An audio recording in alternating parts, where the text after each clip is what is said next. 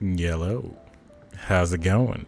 Um, for some reason, a lot of people have been mentioning this show, Ted Lasso, to me. A lot of people have been saying, "Hey, yeah, it's like one of the greatest shows to ever exist. It's amazing. It's absolutely beautiful. It's so great." I keep hearing all these great things about the show, but I don't really hear much about what the show is. What happens in the show, anything like that. And so now that I've seen the first season, I've gotten into a situation where anytime I'm like, "Hey guys, I'm watching Ted Lasso," they're like, "What's that?" So I figured I'd go ahead and make this to talk about Ted Lasso. It's a really interesting show. Ted Lasso is a comedy drama where a man named Ted Lasso actually moves from Kansas to the UK in order to I'm drawing a blank here. Hold on. Ted Lasso is a television show about an American football coach from Wichita State. He mentions Kansas a lot, so I'm going to say Kansas, who he moves to England to coach a professional soccer team, despite the fact that he doesn't know how soccer works. But you would hear that premise and think, that's kind of insane. But it could be interesting. He brings another coach with him who does have like a more of a grasp on like what's going on like how soccer works, and like actually assist him along the way. So that's one thing to get out of the way immediately. That it's a wild premise, but it's only focused on the interesting part because he has someone that's actually helping him along the way.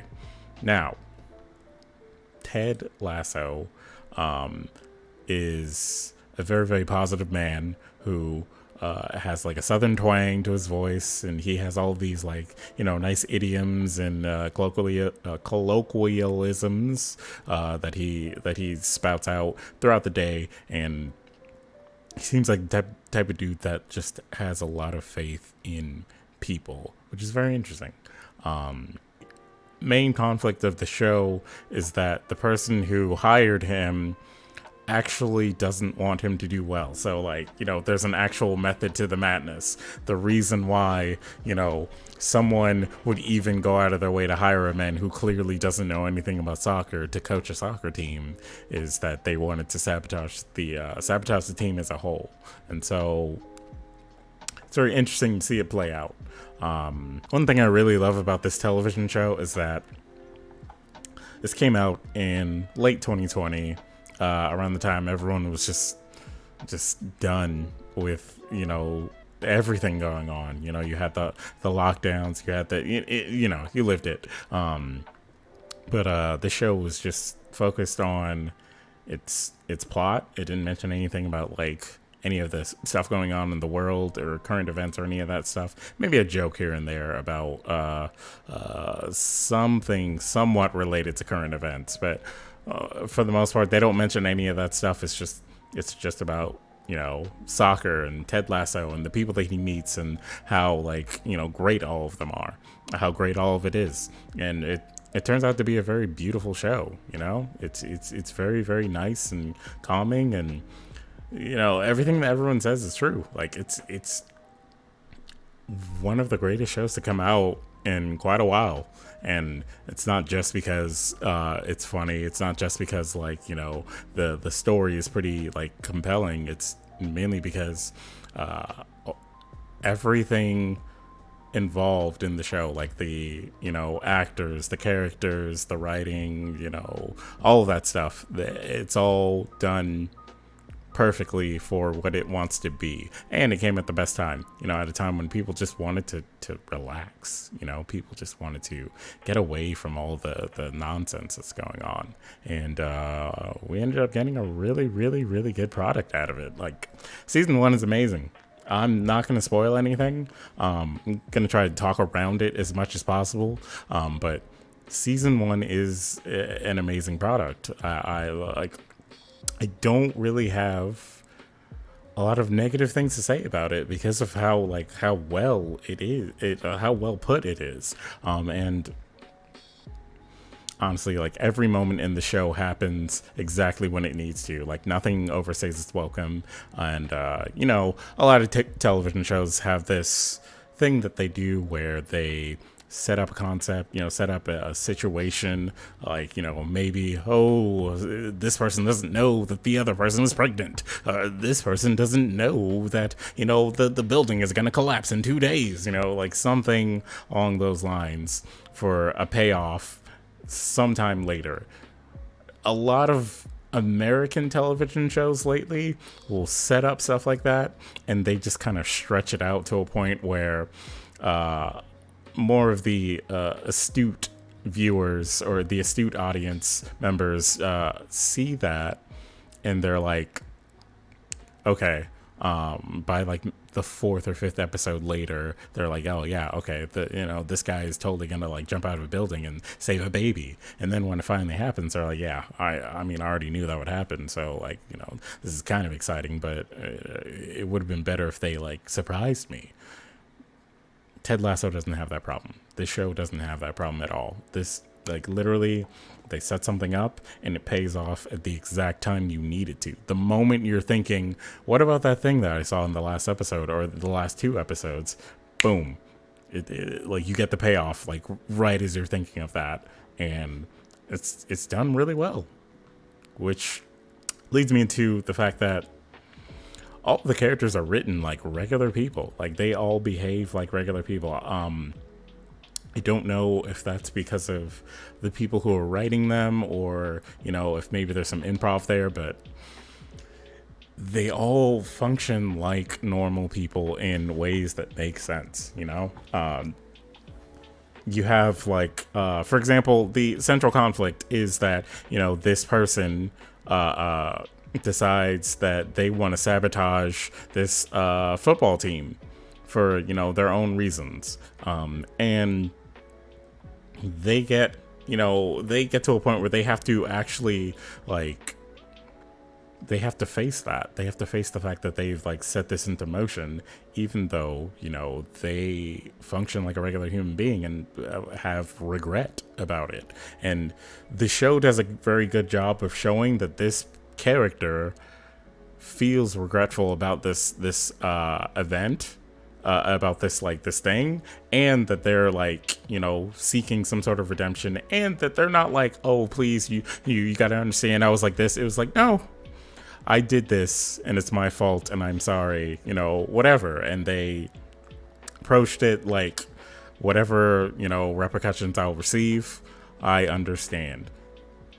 That's more of how people would act, and in your typical television show, a character like this would be like a freaking mustache twirling villain who's just like, no one will ever see that my plan is in action. There's some like nonsense behind the shadows, and they'll have some like nice shots of them like, looking back at a camera as they walk out of a room where everyone just doesn't notice that they've, I don't know, set the building to blow up in like 2 minutes or something. Yeah, crazy nonsense like that happens. This show doesn't have any of that, which is great. Like, it's refreshing for television shows.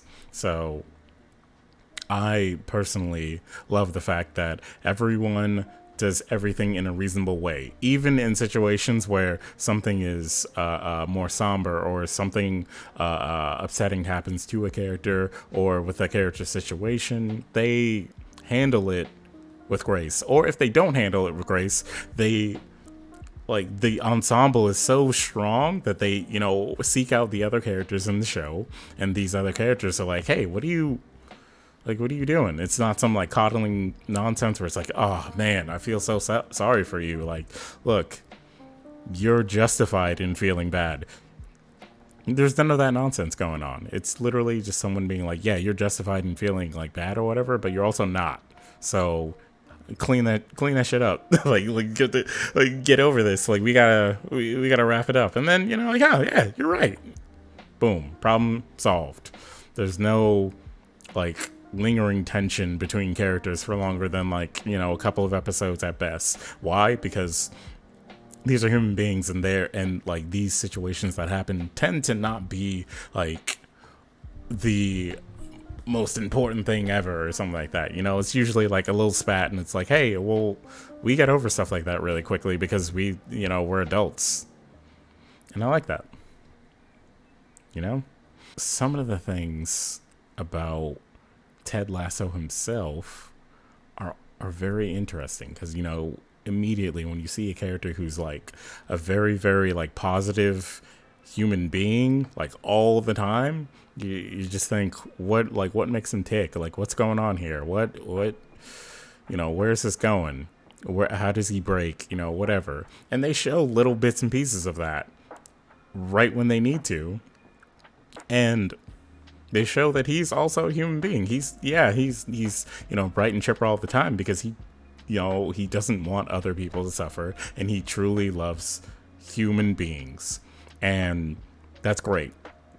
Honestly, like it's really great to have a television show centered around a character who works that way at a time when people have just kind of like lost faith in each other, when people are arguing over like the craziest shit right now. Like, you got people who go on Twitter daily and just want to say, no, water is not wet. What are you talking about? I have a scientific article on this website that says don'ttrustscience.com that tells you, like all kinds of nonsense and conflict goes on right now where people are just at each other's throats over whatever it is they possibly can be, causing conflict for. And this show is centered around a guy who seems like he just always sees the bright side in things. And then it shows you that he doesn't always see the bright side in things. He's human just like you.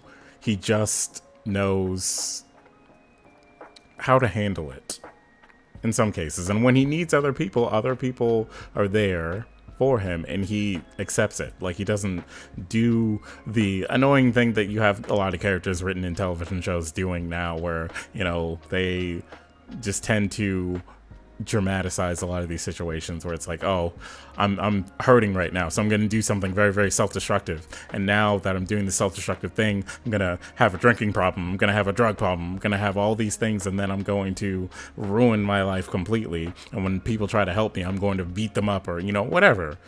And that shit happens here, Like, you have things that are like close to that, but it's definitely not in the same ballpark as all these other like more dramatic television shows. And everything just neatly puts itself together in a nice way, everything just feels right. And so you could get through season 1 of the show and like it could feel like 5 minutes even though it's been 5 hours, that kind of thing. So it's really nice. The one message I would say that everyone should take away from this show, or at least from this first season, is that, sometimes good people lose themselves. Sometimes good people go down a path where something happens and they decide to be very self-destructive, or they decide that they want to watch everything burn.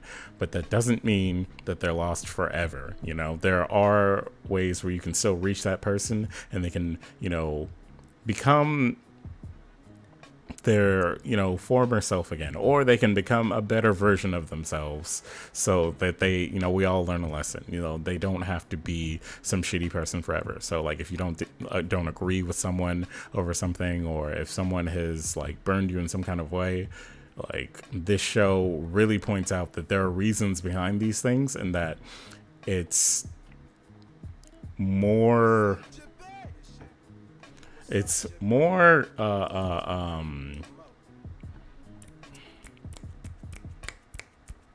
productive to allow yourself to at least have a conversation with that person and see where their head was at and where their head is at currently, because you never know. It could have just been based on a misunderstanding, which also is a thing that happens in sitcoms a lot. But yeah, I mentioned a lot about the characters and staff, so I want to keep this as short as possible. But some things that I noticed along the way of like researching how this show was put together is that one, the show does have like a more villainous like character who's he's not like a cartoony villain. He's just a douchebag dude. And he's played by Giles from Buffy the Vampire Slayer. That's right, Giles is in this show, and he's evil, like crazy. The lady who yells shame in this scene in Game of Thrones. Yeah, she's one of the main characters of the show, and man, she looks amazing. Also is one of my favorite characters in the show. So, hello from the editing room. Real quick, at the time of recording this, I forgot that Hannah Waddingham is also Jackson's mom in Sex Education, which I don't know how I missed that, but I ended up watching season 3 after this, and I noticed. So, boom.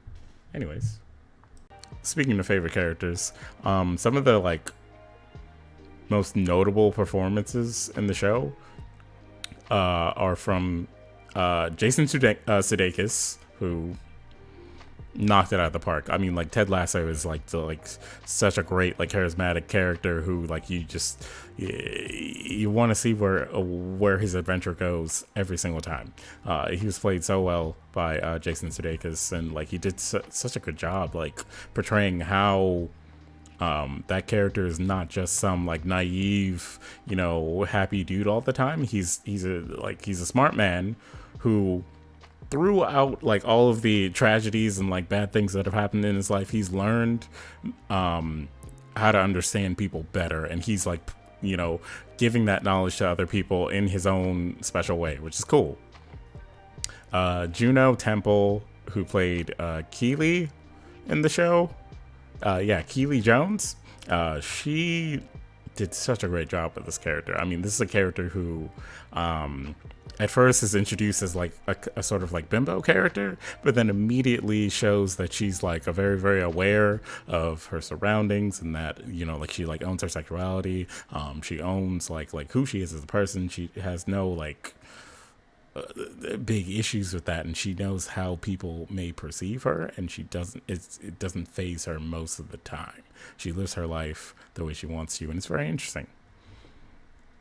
And of course, Hannah Waddingham, who is the aforementioned Game of Thrones actress. Her character is very, very interesting to see from start to finish. Like finishing episode 10 of season 1, going back and then watching episode 1 again is like mind-boggling to see how fast the character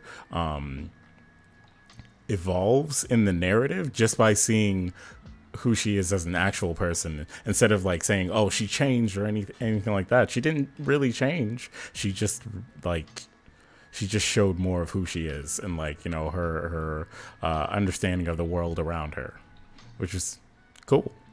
It's just cool. Let's see here.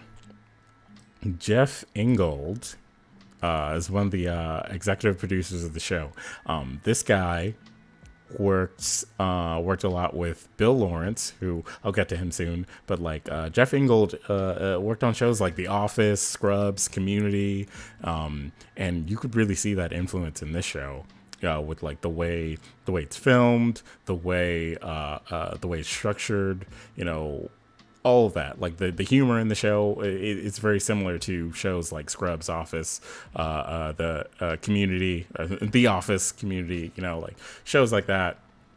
Also, Joe Kelly, who worked on How I Met Your Mother, also was a producer of the show, which that kind of influence you can definitely tell, like it has that kind of style to it. But I mean, Bill Lawrence, like what a career this guy has. He's the creator of Scrubs, and he co-created Cougar Town and Spin City. But he also wrote for shows like The Nanny, which is one of my personal favorite sitcoms ever. Like, I mean, how could you not love a show with this? It's fine. It's just that I'm concerned about you freezing out there. Oh, don't you worry. I've got a coat. What's this Tony fellow like, anyway? Oh, well, he's cute, he's rich, he's got an adorable accent, and he loves musical theater. I'll tell you, he's like nobody I've ever met before. What kind of car does he drive? A limo. Oh, town car. Stretch, it's enormous. Bigger than mine? If it's so important to you, whip yours out of the garage and we'll have a limo measuring contest. And he also wrote for Boy Meets World. He's noted to be the writer who created Topanga. So like he actually like coined the name. He was like, I'm the one that named Topanga in this show, and that like that shows that he definitely knows what he's doing in the television industry. Because I mean, if you can't say that Boy Meets World had an impact on television today, at the very least, like dramas, comedies, of a more like PG variety. Yeah, you're not paying attention to television if you don't know that show influenced a lot of things. One thing that's really